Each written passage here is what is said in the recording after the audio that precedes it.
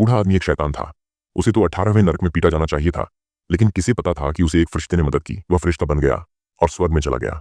मरने से पहले वह बूढ़ा एक दुष्ट इंसान था, पर उसने अपने पापों का प्रायश्चित करने के लिए तरह तरह के अच्छे काम किए। जब फरिश्ता धीरे धीरे उसकी ओर आया तो बूढ़ा आदमी रोमांच से कांप उठा। फरिश्ता उसका बायोडाटा लेने में काफी रूखा था, पर फरिश्ते को यह जानकर हैरानी हुई कि बूढ़े आदमी ने सच में इतने अच्छे काम किए हैं। वह तो बस स्वर्ग में एक अखरोट उठाने जाना चाहता था। फरिश्ते ने बायोडाटा पढ़ते हुए भौहें सिकोड़ ली। बूढ़े का चेहरा टूट सा गया।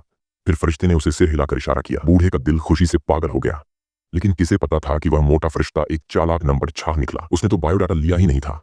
बूढ़े के चेहरे पर उदासी छा गई और फरिश्ते को यह देखकर बहुत संतोष हुआ। जब बूढ़े को नरक में फेंका गया तो फरिश्ता खुश नहीं था। उसने मुंह में मीठी मिठाई सर्कल दबा रखी थी और जैसे ही उसने जोर लगाया वह पत्थर की तरह गिरा और फिर ऊपर उठा। अब बूढ़े की किस्मत पूरी तरह फरिश्ते के हाथ में थी। वह बस दुआ कर सकता था कि बच जाए। जब फरिश्ते ने उसे गिरते और चढ़ते देखा तो वह जोर जोर से हंसने लगा। इसी बीच वह मीठी सर्कल उसके गले में अटक गई। फरिश्ता सीना पीटता रहा और मिठाई बाहर आ गई, पर वह खुद बादल से नीचे गिर पड़ा। उसने जबरदस्ती अपने छोटे पंख फड़फड़ाए, पर वो तो आम दिनों में बहुत आलसी था। उसे बादलों तक पहुंचा ही नहीं जा रहा था। अब उसके पास कोई चारा नहीं बचा, तो उसने बूढ़े से मदद मांगी। बूढ़ा अब भी हिचकिचा रहा था। तभी फरिश्ते ने वादा किया कि वह उसे दोबारा तंग नहीं करेगा।